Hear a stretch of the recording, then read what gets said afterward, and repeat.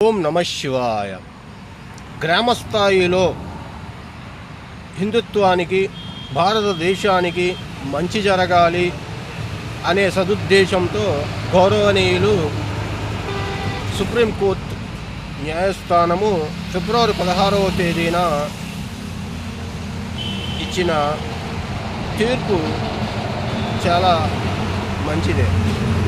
కానీ గ్రామస్థాయిలో ప్రభుత్వ ఉద్యోగులను హిందువులను నియమించాలి అనేది మొట్టమొదటిగా చేయవలసిన ప్రక్షాళన అని తెలియజేస్తున్నాము. గ్రామ స్థాయిలో పంచాయతీ సెక్రటరీ, పంచాయతీ కార్యదర్శి, ఈఓ తదితరులందరూ కూడా హిందుత్వానికి, హిందూ భారతదేశానికి వన్నె తెచ్చేటటువంటి వారిని నియమిస్తేనే హిందూ భారతదేశము, హిందుత్వము 10 కాలాల పాటు మన్నగలుగుతుంది అని తెలియజేస్తున్నాము. ఓం నమ శివాయ.